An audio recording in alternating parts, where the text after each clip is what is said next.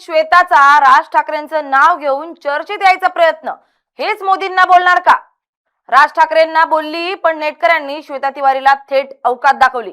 मनोरंजन विश्वातील अभिनेत्री श्वेता तिवारी सध्या सोशल मीडियावर प्रचंड मोठ्या वादाच्या भोवऱ्यात अडकली आहे.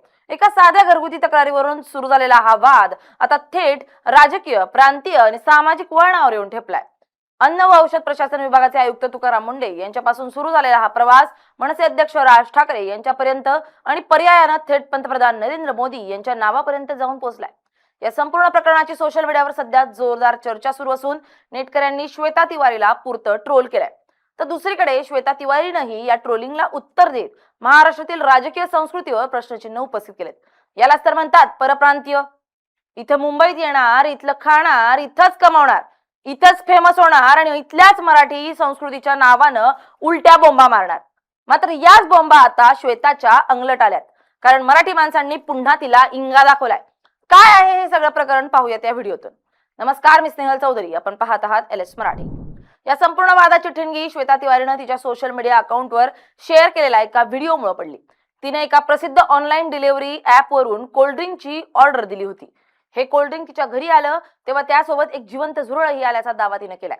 हा संपूर्ण प्रकार पाहून तिने अत्यंत संतापून आणि काहीशा उपरोधिक नजरेनं आपल्या इंस्टाग्राम स्टोरीवर एक व्हिडिओ पोस्ट केला. महाराष्ट्रात आपल्या कडक शिस्तीसाठी आणि अन्न सुरक्षेच्या बाबतीत कोणतीही तडजोड न करण्यासाठी ओळखले जाणारे अन्न व औषध प्रशासन विभागाचे आयुक्त तुकाराम मुंढे यांना तिनं या व्हिडिओमध्ये टॅग केलंय. श्वेताने या व्हिडिओमध्ये म्हटलंय की, मुंडेजी तुम्ही कुठे आहात? बघा, आमच्या घरात अशा प्रकारे झुरळे येत आहेत. कृपया या गोष्टीकडे लक्ष द्या. एका बड्या प्रशासकीय अधिकाऱ्याला घरातील साध्या झुरळाच्या कारणावरून अशा प्रकारे सार्वजनिक व्यासपीठावर टॅग करणं नेटकऱ्यांच्या पचनी पडलं नाही. इंस्टामार्ट से ये मंगाया, रेड बुल मंगाया, और इस रेड बुल के साथ इंस्टामार्ट से हमारे घर में कॉकरोच भी आया. ये देखिए, कॉकरोच पूरे घर में भाग रहा है. ये रहा. छोटा है. So should be tag Tukaram Munde ji? Munde ji, ये अभी यहाँ पर ये इंस्टामार्ट से हमारे घर में कॉकरोचेस आ रहे हैं, आप कहाँ हैं? ध्यान दीजिए. हा व्हिडिओ समोर येता सोशल मीडियावरील नेटकरी श्वेता तिवारीवर तुटून पडले. तुकाराम मुंडे हे IAS दर्जाचे अत्यंत प्रामाणिक अधिकारी आहेत. त्यांच्याकडे संपूर्ण राज्याच्या अन्न आणि औषध प्रशासनाची धुरा आहे. अशा मोठ्या अधिकाऱ्याला केवळ एका खासगी कंपनीच्या डिलिव्हरीमध्ये आलेल्या झुरळासाठी टॅग करणं हा निव्वळ मूर्खपणा आहे, अशी टीका नेटकऱ्यांनी सुरू केली. अनेकांनी श्वेता तिवारीला सुनावलं की, घरात झुरळ निघणं ही तुझी वैयक्तिक स्वच्छता आणि त्या खासगी कंपनीची चूक आहे. यासाठी थेट प्रशासकीय अधिकाऱ्याला वेटीस धरण्याची काहीही गरज नव्हती. काही युजर्सनी तर हा केवळ प्रसिद्धी मिळवण्याचा आणि चर्चेत राहण्याचा स्टंट असल्याचा गंभीर आरोप तिच्यावर केलाय. या पहिल्या टप्प्यातील ट्रोलिंगमुळे श्वेता तिवारी आधीच अडचणीत आली होती, पण खरा वाद यानंतर सुरू झाला. श्वेता तिवारीला ट्रोल करणाऱ्यांमध्ये काही अत्यंत आक्रमक युजर्सही सामील होते. या युजर्सनी श्वेताच्या इंस्टाग्रामच्या इनबॉक्समध्ये म्हणजेच डायरेक्ट मेसेजमध्ये जाऊन तिला अत्यंत घाणेरड्या आणि अश्लील भाषेमध्ये शिवीगाळ करण्यास सुरुवात केली. अत्यंत आक्षेपार्ह कमेंट्स करण्यात आल्या. अर्थात या हुल्लडबाजीचा निषेधच, पण या ट्रोलर्सच्या प्रोफाईलवर मनसेचे झेंडे, राज ठाकरे यांचे फोटो आणि स्वतःला मराठी माणूस म्हणून घेणारे संदेश लिहिले होते. त्यामुळे हे मनसेचे कार्यकर्ते होते असा जावई शोध या बयेनं लावला. तिने या युजर्सच्या कमेंट्स आणि मेसेजचे स्क्रीनशॉट्स काढले आणि ते आपल्या सोशल मीडिया अकाउंटवर सार्वजनिक केले. हे स्क्रीनशॉट शेअर करताना तिने थेट महाराष्ट्र नवनिर्माण सेनेचे अध्यक्ष राज ठाकरे यांना टॅग केलं आणि त्यांच्या समोर जाहीररित्या आपला संताप व्यक्त केला. श्वेताला राज ठाकरेंना प्रश्न विचारला की, मी लहानपणापासून असं ऐकत आहे आणि पाहत मोठी झाली आहे की मराठी संस्कृतीमध्ये महिलांचा प्रचंड आदर केला जातो, त्यांना माते समान मानलं जातं, परंतु केवळ एका साध्या मतांतरामुळे किंवा एका पोस्टमुळे एखाद्या महिलेला आणि तिच्या निष्पाप मुलांना इतक्या खालच्या पातळीवर जाऊन अश्लील शिव्या देणं हीच का तुमची मराठी माणसाची ओळख?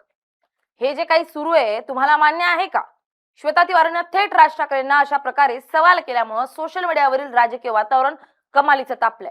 राज ठाकरेंचे नाव या वादात ओढलं गेल्यानंतर मनसेचे कार्यकर्ते आणि महाराष्ट्रातील नेटकरी अधिकच आक्रमक झालेत. श्वेता तिवारीच्या या पोस्ट नंतर नेटकऱ्यांनी तिच्यावर दुसरा आणि अधिक तीव्र पलटवार केला. नेटकऱ्यांनी तिला सुनावलं की, सोशल मीडियावर लाखो लोक असतात आणि त्यातील काही मोजक्या विकृत लोकांच्या वर्तनासाठी तू थेट राज ठाकरेंसारख्या मोठ्या नेत्याला जबाबदार धरू शकत नाहीस. जर कुणी चुकीची भाषा वापरली असेल तर त्यांच्यावर कायदेशीर कारवाई कर, पण संपूर्ण मराठी समाज किंवा राज ठाकरे यांच्यावर चिखलफेक करण्याचा तुला कोणताही अधिकार नाही. या वादाला पुढे नेताना नेटकऱ्यांनी श्वेता तिवारीला एक प्रतिसवाल केला. नेटकऱ्यांनी विचारलं की जर काही अनोळखी युजर्सच्या हुल्लडबाजीसाठी तू थेट राज ठाकरेंना उत्तरदायी ठरवत असशील तर मग देशात वेगवेगळ्या ठिकाणी भारतीय जनता पक्षाच्या कार्यकर्त्यांकडून किंवा इतर कोणाकडून हुल्लडबाजी होते, महिलांवर अत्याचार होतात किंवा सोशल मीडियावर ट्रोलिंग होते, तेव्हा तू थेट देशाचे पंतप्रधान नरेंद्र मोदी यांना असा प्रश्न विचारण्याची हिंमत दाखवणार का? देशातील कोणत्याही गुन्ह्यासाठी थेट पंतप्रधानांकडे जाब विचारण्याचं धाडस तुझ्याकडे आहे का?